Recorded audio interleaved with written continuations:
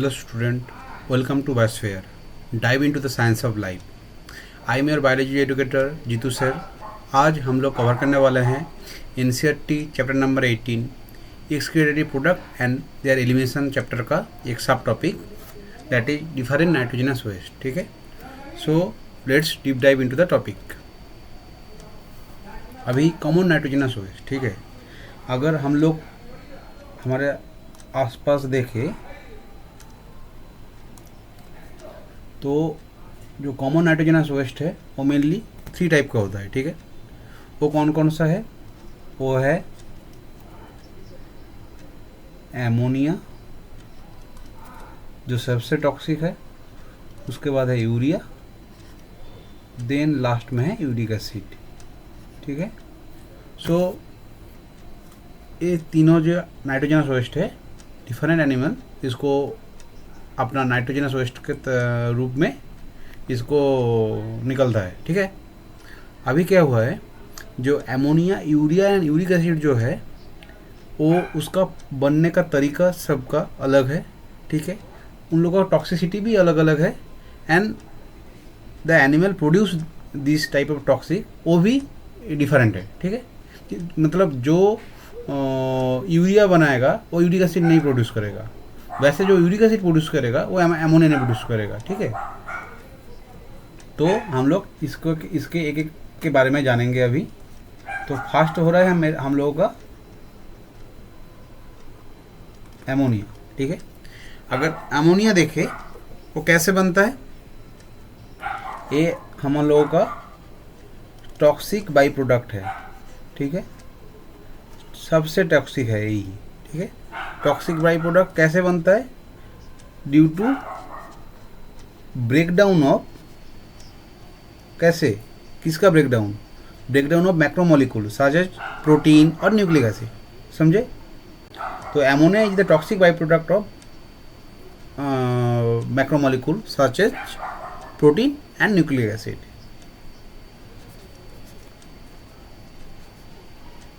ठीक है, दूसरा है जो एमोनिया जो है उसको एटीपी लगता है, एनर्जी लगता है. एनर्जी कहाँ से मिलेगा? एनर्जी मिलेगा एटीपी से. तो एनर्जी से वो क्या करेगा? एनर्जी से वो जो एमोनिया है उसको अपना शरीर से बाहर निकल पाएगा. ठीक है, so they required large amount of energy to dilute it out of their biological system. ठीक है, energy required for what? Energy required to dilute it out of a biological system. ठीक है, एनर्जी चाहिए, ऐसे नहीं निकलेगा. ठीक है, एमोनिया कौन रिलीज करता है? एक्वाटिक एनिमल, क्योंकि एमोनिया रिलीज करता है जो एक्वाटिक एनिमल, मतलब जहाँ पानी का कमी नहीं है. ठीक है, अभी एमोनिया हो गया. अभी हम लोग आएंगे यूरिया पर. Urea is toxic than uric acid but less toxic than ammonia. ठीक है, यूरिया कहाँ प्रोड्यूस होता है? Produce in liver. ठीक है, यूरिया कहाँ प्रोड्यूस होता है? Urea produce in liver. ठीक है, और ये यूरिया क्या है? मेजर बाई प्रोडक्ट किसका? एमोनिया का.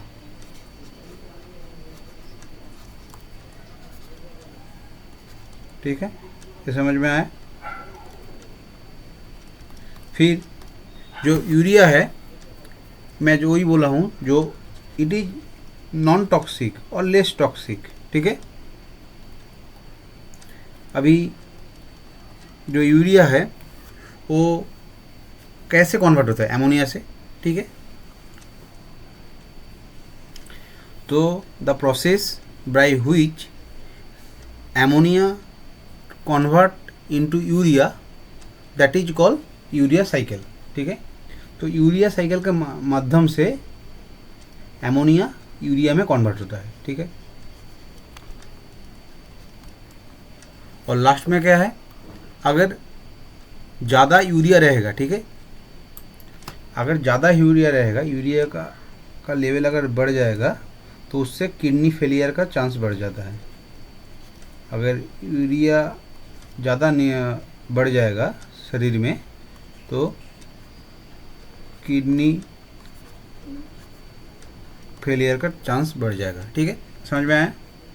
तो अभी अमोनिया यूरिया हो गया।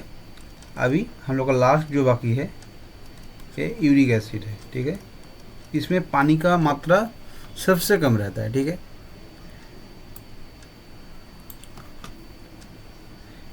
ठीक है, पानी मतलब वाटर लेवल लेस। ठीक है, यूरिक एसिड रिलीज कौन करता है? यूरिक एसिड रिलीज करता है बर्ड्स। ठीक है, उसके बाद है टेरिस्ट्रियल आर्थ्रोपोड्स,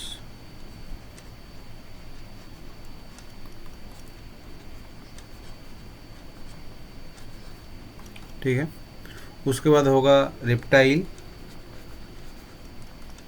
ठीक है, अगर यूरिक एसिड क्या करता है? यूरिक एसिड हमारे केस में एंटीऑक्सीडेंट की तरह काम करता है। So it acts as antioxidant in our body, but excessive amount अगर हो जाएगा वो क्या होगा?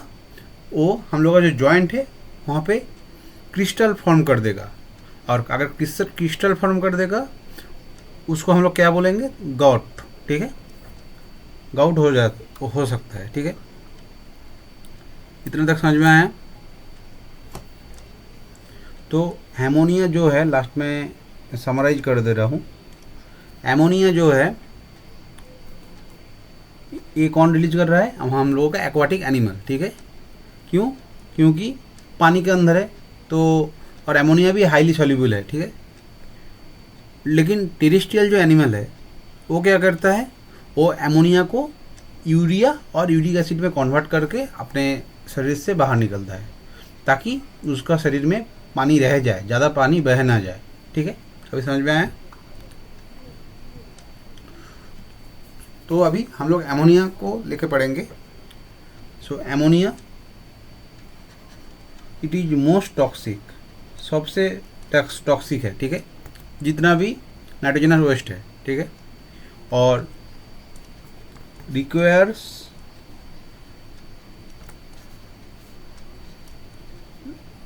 Large amount of water for its elimination. बाहर निकलने के लिए इसको बहुत सारा पानी चाहिए। ठीक है, और जो एनिमल एमोनिया को रिलीज करता है, द एनिमल और the process of excreting ammonia is called ammonotelism. जो एनिमल एमोनिया रिलीज करता है उसको कहता है एमनोटेलिज्म। ठीक है,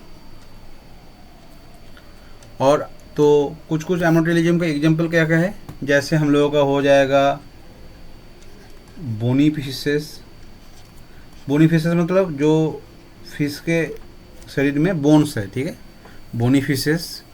उसके बाद है एक्वाटिक एम्फीबियंस। एम्फीबिया बोल रहा हूँ लेकिन एक्वाटिक एम्फीबियन मतलब ज़्यादा टाइम जो पानी में रहेगा। ठीक है, एक्वाटिक एम्फीबियन। अच्छा, एक्वाटिक इंसेक्ट मतलब अल्टीमेटली तुम्हारा आसपास पानी ही पानी रहना चाहिए। ठीक है, अच्छा, जो एमोनिया है वो क्या है, कैसे निकलता है वो बाहर? एक्सक्रिएटेड बाय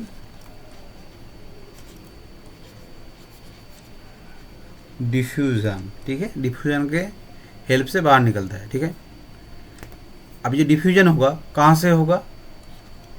बॉडी सरफेस से भी हो सकता है और गिल से भी हो सकता है। ठीक है, ऐसा समझ में आया? लेकिन जो एमोनिया रिलीज होता है इसमें किडनी का कोई रोल नहीं है। Kidney have no role. ठीक है, नो रोल एक्चुअली इसमें बोलना ठीक नहीं होगा। Not any significant role. ठीक है,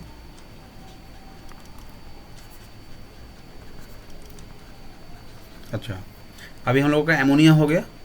अभी हम लोग आ जाते हैं यूरिया पे, ठीक है। यूरिया क्या है? यूरिया है जो टेरेस्ट्रियल एनिमल जो है उसको बाहर, उसको जब उसका एक्सक्रीटरी मैटर जो बाहर उसको निकलवाना है तो उसमें लेस पानी होना चाहिए, ठीक है। तो लेस पानी होना चाहिए, क्यों? क्योंकि पानी को कॉन्जर्व करना है। तो इसलिए उसको जो रिलीज करता है टेरेस्ट्रियल एडाप्टेशन, उसको कहता है यूरिया, ठीक है। और जो animal which release the urea, they are called ureotelic, ठीक है। तो नॉर्मली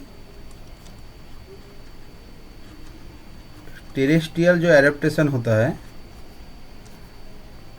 वो हम लोग होता है यूरियोटेलिक, ठीक है। इसके अलावा और क्या क्या हो सकता है जो यूरिया रिलीज करता है? Mammals, humans are also ureotelic, okay. Then terrestrial amphibians, देखो एक्वाटिक जो एम्फीबियन था वो तुम्हारा था और क्या रिलीज करता था? एमोनिया। लेकिन टेरेस्ट्रियल जो एम्फीबियंस है वो रिलीज करेगा तुम्हारा यूरिया, ठीक है। देन मेराइन फिशेस,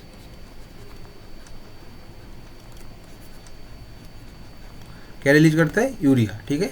और इसी कारण इन लोगों का कहा जाता है यूरियोटेलिक, ठीक है। अच्छा, जो एमोनिया एक्चुअली टेरेस्ट्रियल एनिमल में भी एमोनिया प्रोड्यूस होता है, लेकिन एमोनिया बाहर नहीं निकलता है, ठीक है। तो एमोनिया क्या होता है? वो एमोनिया कन्वर्ट हो जाता है यूरिया में, ठीक है। तो कहाँ होता है कन्वर्सन? वो होता है हम लोगों का लीवर में। So ammonia converted into urea fire in liver, ठीक है। दो लेस टॉक्सिक फॉर्म है। और कैसे निकलता है? लीवर में कन्वर्ट होने के बाद यूरिया कहाँ आ जाता है? ब्लड में आ जाता है, ठीक है। ब्लड में आ जाता है और वो अल्टीमेटली क्या होता है? किडनी में जाके फिल्टर हो जाता है। समझ में आया? Kidney filter it out, okay. ऐसे हम लोग का बॉडी से यूरिया बाहर निकलता है, ठीक है। अच्छा, पूरा यूरिया लेकिन बाहर नहीं निकलता है। कुछ कुछ यूरिया जो है, some amount of urea may be retain, हम कुछ यूरिया जो है वो रिटर्न किया जाता है कहाँ? किडनी में। किडनी नहीं, एक्चुअली किडनी का मैट्रिक्स में। अब तुम लोग बोलोगे क्यों रिटर्न किया जाता है?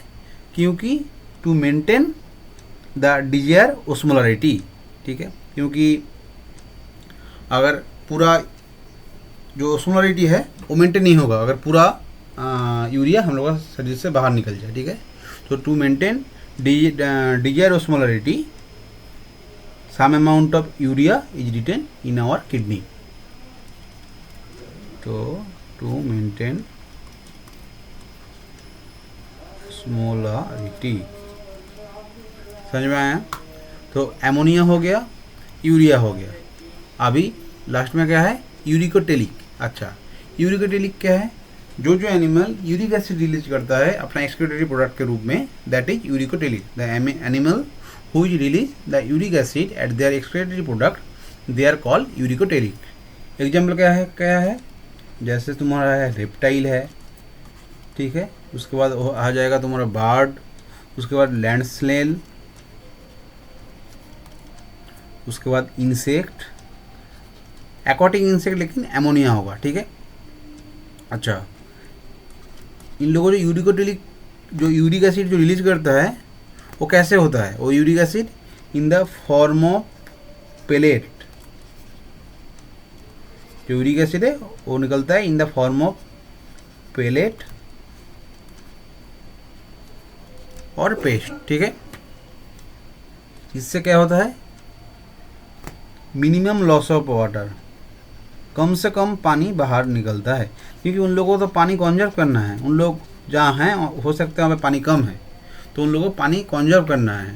तो जो एक्सक्रीटरी प्रोडक्ट निकलता है उसमें मिनिमम से मिनिमम अमाउंट ऑफ वाटर रहेगा, ठीक है। तो these animals are called uricotelic. अच्छा, तो हम लोग समझ गए एमोनिया क्या है, यूरिया क्या है और यूरिक एसिड क्या है। तो अभी हम लोग डिस्कस करेंगे कुछ कुछ एनिमल और उन लोगों का एक्सक्रीटरी प्रोडक्ट, एक्सक्रीटरी जो सिस्टम है जैसे जहाँ से उन लोगों का एक्सक्रीटरी प्रोडक्ट निकलता है उसका नाम, ठीक है। जैसे अगर देखें जो इनवर्टिब्रेट है, ठीक है, उन लोगों का जो एक्सक्रीटरी सिस्टम है वो कैसे है, वो सिंपल ट्यूबुलर फॉर्म में, ठीक है, ट्यूब की तरह रहेगा, डायरेक्ट वहाँ से बाहर निकल जाएगा, ठीक है। और वर्टिब्रेट में जो है ट्यूबुलर सिस्टम ही है लेकिन कॉम्प्लेक्स ट्यूबुलर सिस्टम, ठीक है, समझ में आया।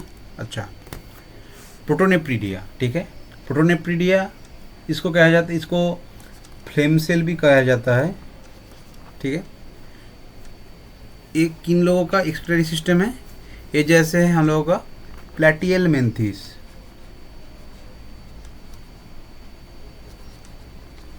ठीक है, प्लेटियल मेंथिस का है, जैसे है रोटीफर का, जैसे है कुछ एनेलिड्स का,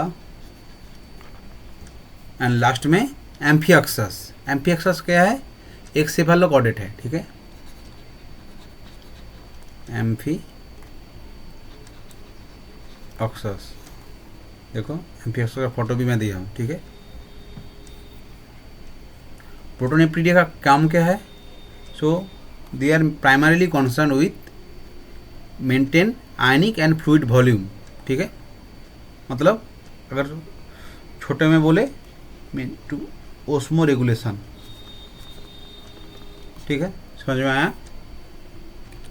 अच्छा, अभी है नेफ्रिडिया, ठीक है, नेफ्रिडिया किसका एक्सक्रीटरी सिस्टम का नाम है, जैसे आर्थोर्म का है और कुछ एनालिड्स का है, ठीक है, तो एनालिड्स यूज नेफ्रिडिया, ठीक है, to create their excretory material, ठीक है। ये क्या करता है, नाइट्रोजनस वेस्ट को रिलीज करता है, ठीक है।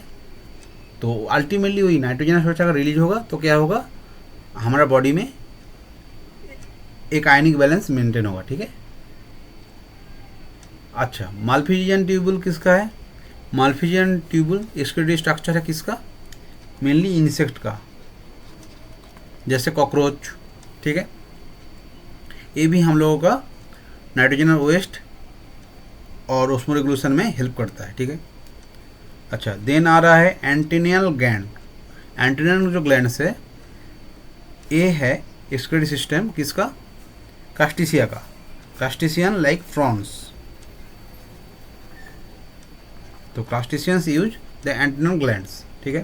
Thank you student, if you like our effort don't forget to like, comment, share and subscribe for more fascinating content. Please click the bell icon for all future updates. Until next time, keep exploring, keep questioning and keep learning.